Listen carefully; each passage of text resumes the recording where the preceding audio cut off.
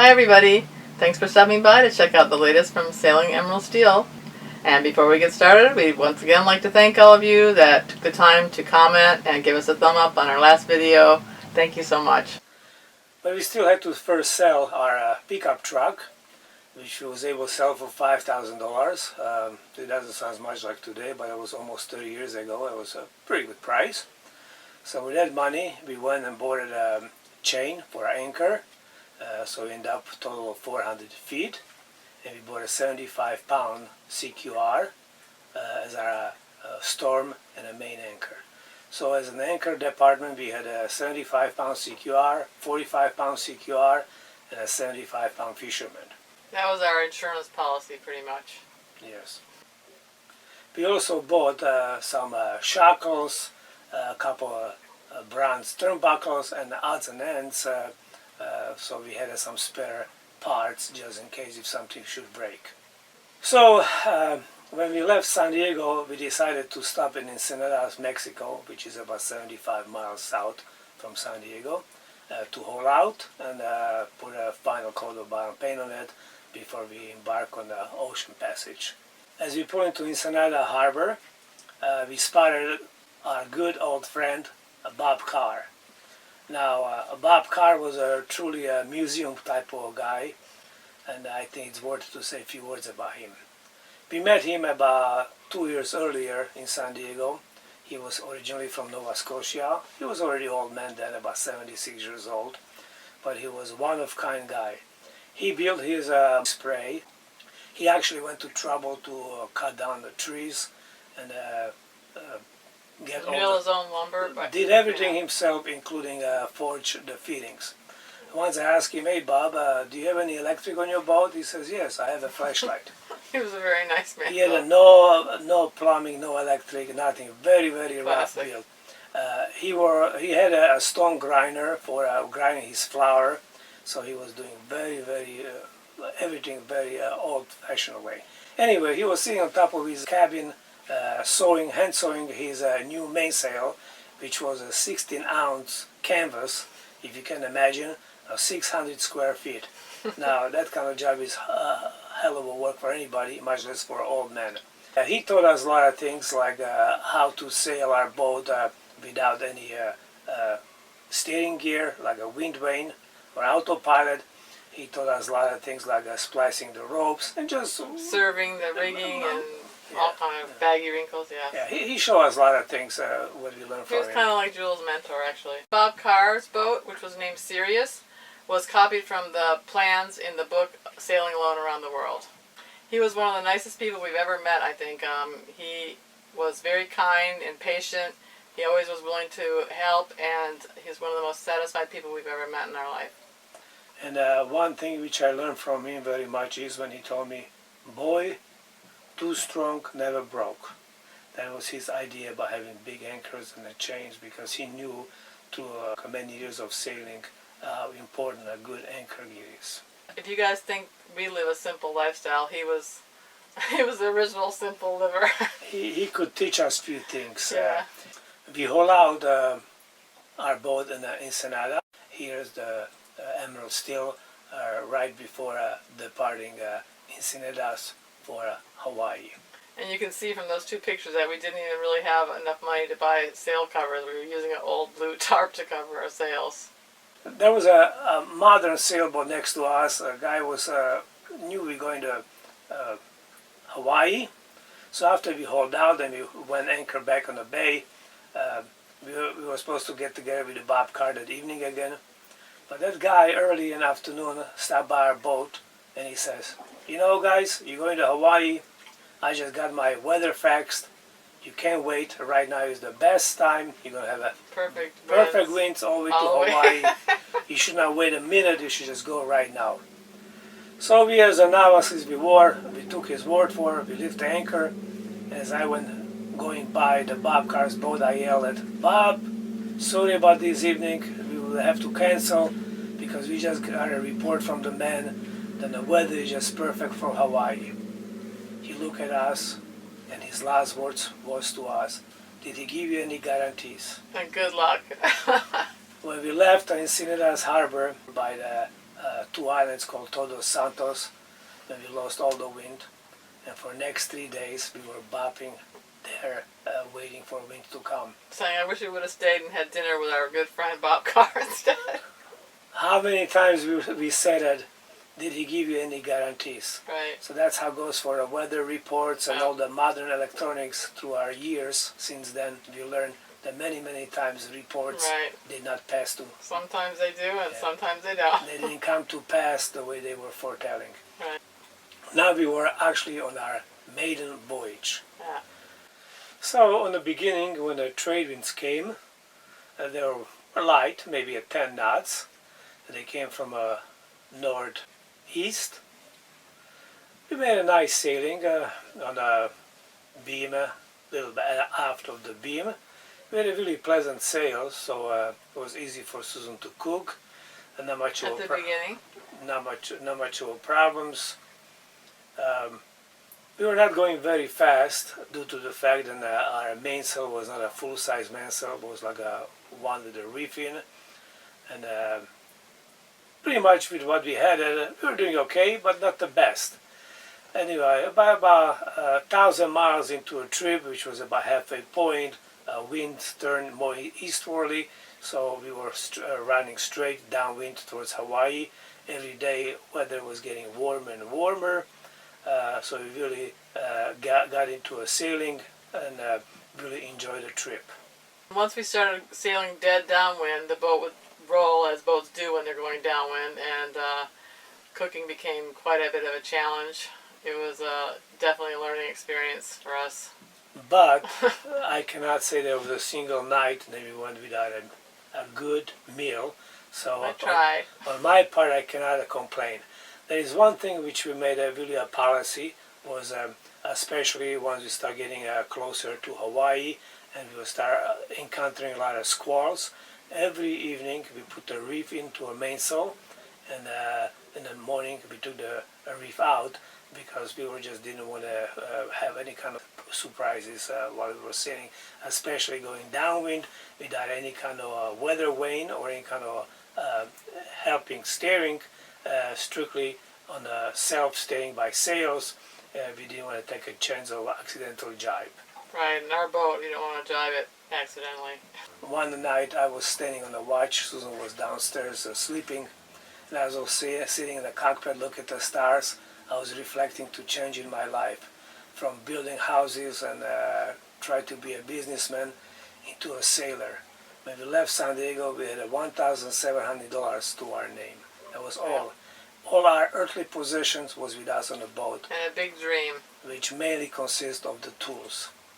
And that's how we left for Hawaii.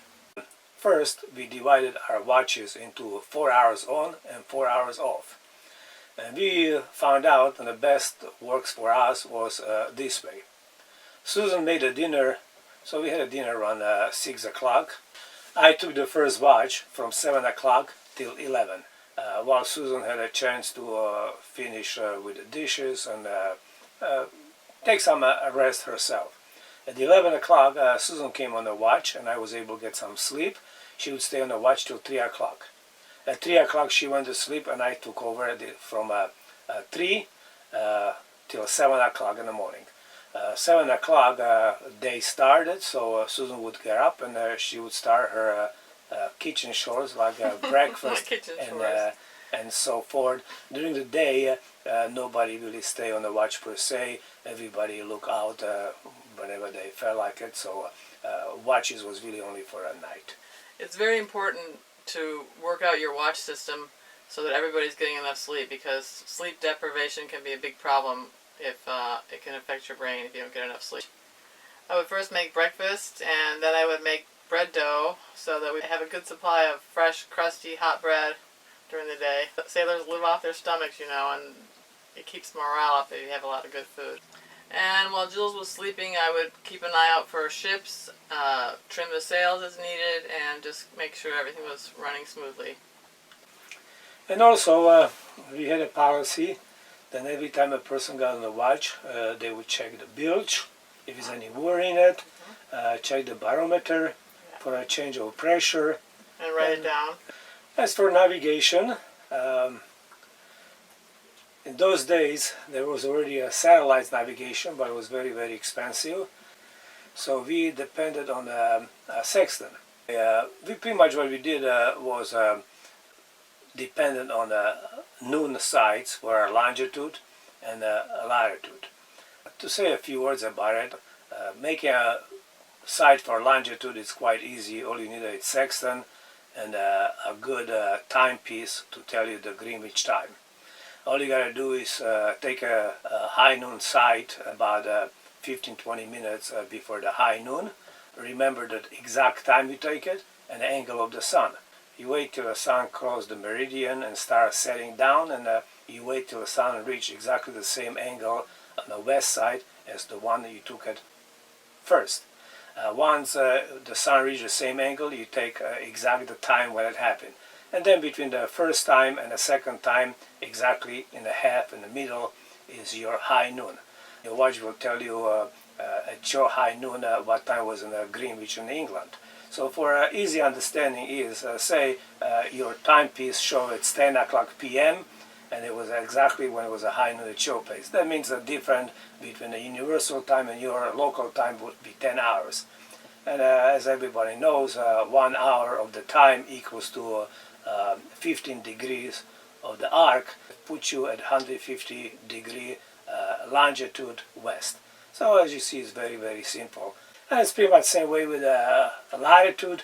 You take a 90 degree minus your observation height, and you take a declination of the sun, which you find in the almanac. You plus it or minus it, depends if your sun is on the southern hemisphere or the northern hemisphere, and pretty much the result give you a latitude.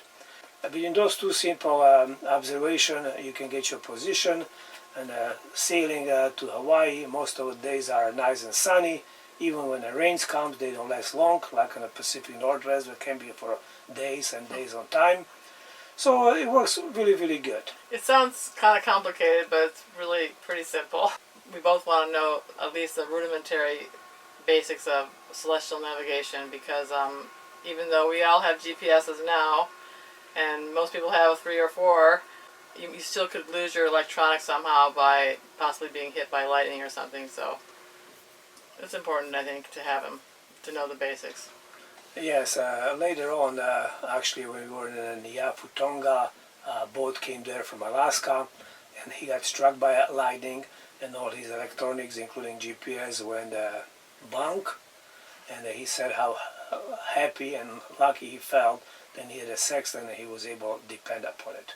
After I take the sides, I gave all the figures to Susan, and she would work out the navigation on the charts, and every day she would make a mark at the noon on the chart to show our position. And in a big charts, like between California to Hawaii, the marks looks very, very close together, but still it was usually 100 miles plus between noon to noon position. And even now, we still always carry paper charts with us, just in case something should go wrong with our electronics. When we left San Diego, we carried with us about 100 gallons of diesel fuel. We will run our engine every 3-4 days to charge batteries, and also if there was no wind to make a little progress. And as far as the water goes, we left San Diego with 100 gallons of fresh water. And anytime it was rain, we try to catch with our sail. And how you catch the water, the easiest way to do, especially when you run downwind, is we put the jug tied next to the mast underneath the mainsail. And then we would lower the mainsail a couple feet, so then the mainsail had a bag right by the boom. And with a topping lift, we would lift the back of the boom a little bit higher, so all the water would run in the belly of the sails towards the mast into the bucket, and then we would just pour it into our tanks. Yeah, if it was raining really hard, you could catch a lot of water. You'd be surprised. I was really busy running with a full bucket, dumping in a tank and bringing it back. So we never had a shortage of the water, nor diesel. Actually, when we got to Hawaii, we had about 70 gallons of diesel left, and same with the water. We never end up with less than half a tank. We were always really careful. But even now, even though we have an excellent water maker, we still catch water when we can and use it for doing laundry or something. So it's kind of a good thing to be able to do. And naturally, we took showers with salt water, and then use fresh water For rinsing. rinsing, and it always worked out really good. We're conservative. Yes. So as far as provisioning goes, we had no refrigeration on this trip. We couldn't carry any fresh meats with us, so we would buy chicken meat, which was excellent for chicken salads, tuna, which was also good for salads, for sandwiches, canned beef, and salmon fish. That's pretty much all the canned meat we carried, and Yes. some sardines, I think, for Joel's snacks. Keepers. Yeah. The beef cans, actually we found out that Susan took all the Gravy out of them and threw away. Right. And she made her own gravy out of onion, garlic, and red paprika. It made a really, really tasty dishes The out beef of it. was kind of, the consistency's not that great, it but was it was not better the best. than, The canned fish we used when we didn't catch the fresh fish. Right. And from the canned salmon, I would make salmon cakes. Which turned out to be quite good.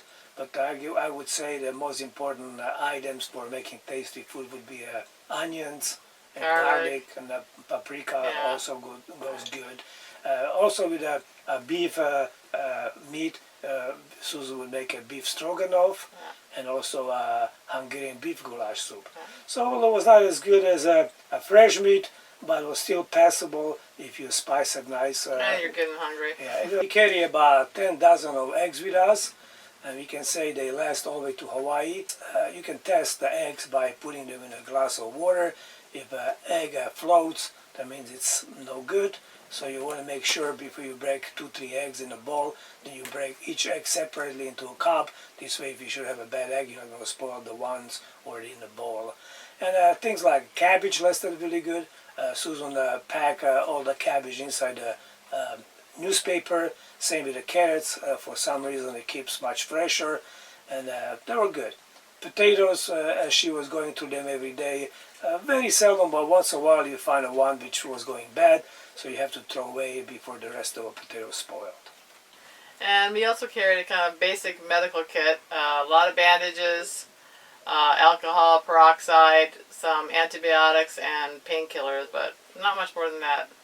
Yeah, the painkillers was very simple, like Tylenol, and antibiotics we purchased in Mexico, which you can buy at a drugstore without any kind of prescription. So we bought it, but we never used it. We also listened to a shortwave radio, which we had a little portable transistor, and that gives a time signal, so you can check your watch for a proper time, and also check the weather, which was on WWV, and that one they tell you about all the weather systems in the North Pacific all the way to equator, and actually south of equator to about 30 degrees.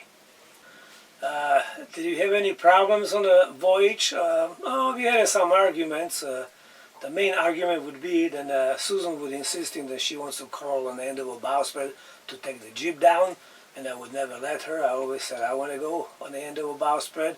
And also the nights when we were sailing, I would be the one always who goes to the front of the boat to work on the sails. But every time we had a change of sails or anything, we made a decision that I will never do it myself. Even if I was on a watch, I would wake up Susan and she would come outside, so she would always help me to reduce sails or change the sails or whatever. So we really was sailing as a partners. So after 19 days at sea, we were able to pick up on the VHF radio weather reports, Hawaiian stations, and we were also picking up music on our stereo, Hawaiian music. It was really pretty exciting. So at least we knew that we were going in the right direction, that we found the Hawaiian Islands. It also was very exciting day before we came to Hilo Harbor. Smell of the flowers and on the earth, you could just smell it. It was amazing. It was very, very exciting moment. Yeah. For which we worked very hard, and it actually was accomplished. We sailed into Hilo Harbor, into Radio Bay. where after 21 days Little tiny bay. we dropped the anchor, and we finally was in our first Polynesian island. We accomplished our first goal. So in the next video, we'll be discussing our life in Hawaii and what our next cruising plans were. Thanks for stopping by. Hope you enjoyed it and hope you were not bored by all the details. See you next time. Bye-bye.